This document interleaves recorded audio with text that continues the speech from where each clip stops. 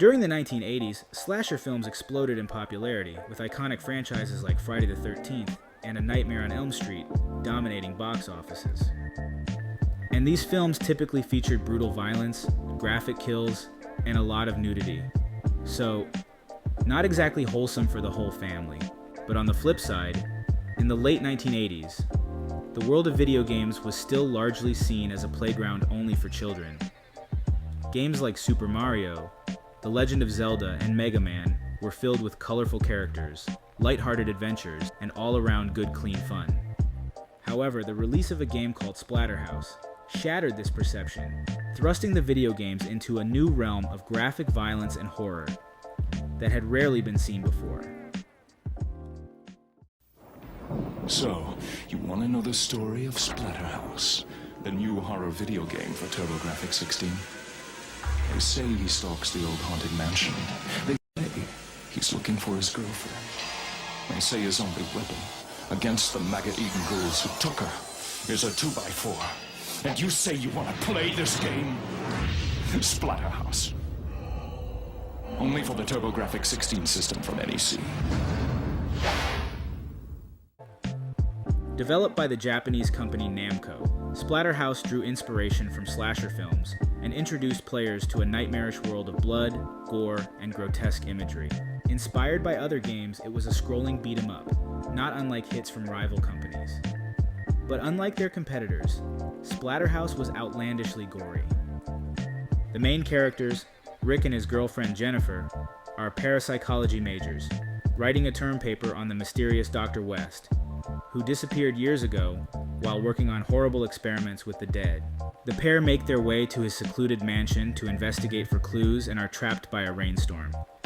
Immediately enveloped by darkness and sealed in the mansion, Jennifer disappears and Rick is knocked unconscious. When he awakens, his face is covered by the terror mask. The terror mask just so happens to look exactly like a hockey mask, donned by one of the biggest horror characters of all time. But I am sure that is just a coincidence. The player as Rick stalks the halls of the mansion packed with grotesque monsters and ghouls.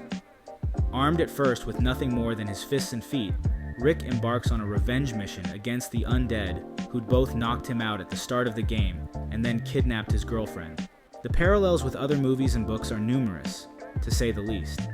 Besides the obvious references to Friday the 13th, there are also elements from the Evil Dead series, as well as several other horror films.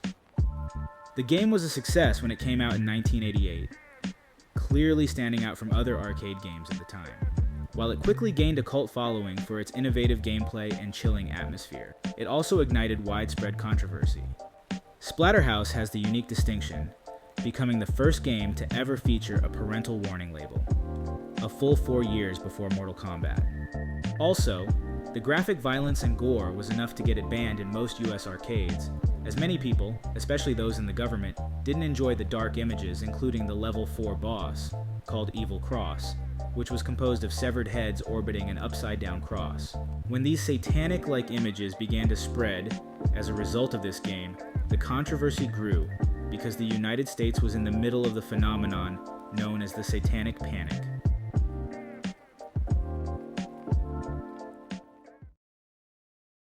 And intense scrutiny on the activities of satanic cults. Stories of devil worship and satanic cults corrupting young minds. Unbelievable crime at the hands of satanic cults. There were terrifying tales of secret satanic cults bent on tormenting and corrupting the young. Heavy metal music had hidden satanic messages. Possibly satanic messages on some rock music recordings. And games like Dungeons and Dragons were luring kids to devil worship. And it got even stranger.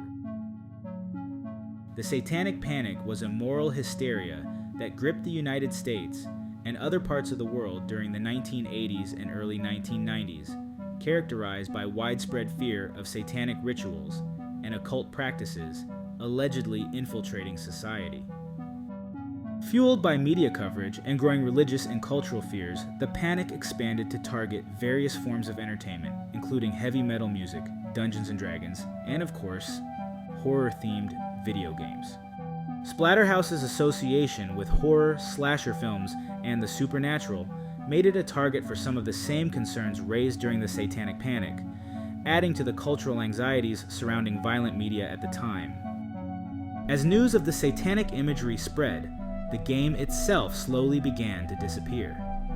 Eventually, Splatterhouse all but vanished from most big-name arcades and was relegated to pizza shops and other out-of-the-way hideouts, far from where most gamers could find it.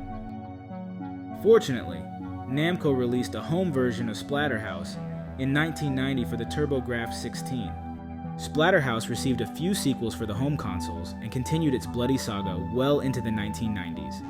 However, the newer versions of Splatterhouse didn't spark as much controversy, even though it was likely that Namco wanted the controversy this time for the sequels to boost sales. On the cover of the TurboGrafx-16 edition, a splash of blood highlights the warning, "The horrifying theme of this game may be inappropriate for young children and cowards."